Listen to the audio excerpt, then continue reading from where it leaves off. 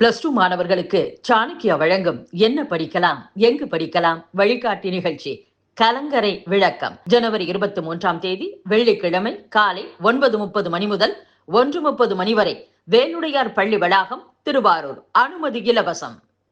வங்கதேசத்தில் சிறுபான்மையினரான இந்துக்களுக்கு எதிராக தொடர்ந்து நடக்கும் வன்முறை சம்பவங்களில் மேலும் 2 கொடூரமாக கொலை செய்யப்பட்டிருப்பது அதிர்ச்சியை ஏற்படுத்தியுள்ளது.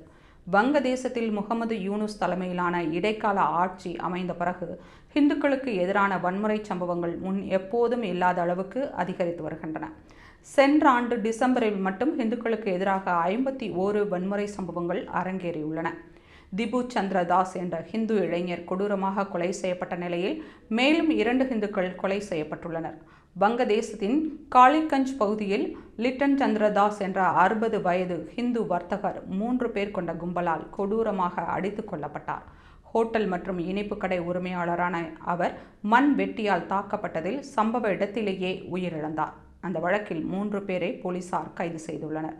அதேபோல கோலகண்டா மோர் பகுதியில் இருக்கும் எரிபொருள் நிரப்பு மையத்தில் ரிபான் சாகா என்ற 30 வயது ஹிந்து இளைஞர் பணியாற்றி வந்தார். எரிபொருள் நிரப்பிவிட்டு பணம் கொடுக்காமல் தப்பிச் செல்ல முயன்ற ஒரு கருப்பு நிற SUV வாகனத்தை அவர் மறிக்க முயன்ற போது ஓட்டுநர் அவர் மீது காரை ஏற்றியுள்ளார். அதில் ரிபான் உடல் நெடுஞ்சாலையில் இழுத்துச் செல்லப்பட்டு முகத்திலும் தலையிலும் பலத்த காயம் ஏற்பட்டதில் அவர் பரிதாபமாக உயிரிழந்தார்.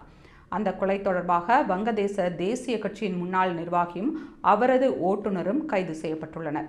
இந்துக்கள் மீதான தாக்குதல்கள் திட்டமிடப்பட்ட இன ரீதியான வன்முறையா என்ற கோணத்தில் போலீசார் விசாரணை நடத்தி வருகின்றனர்.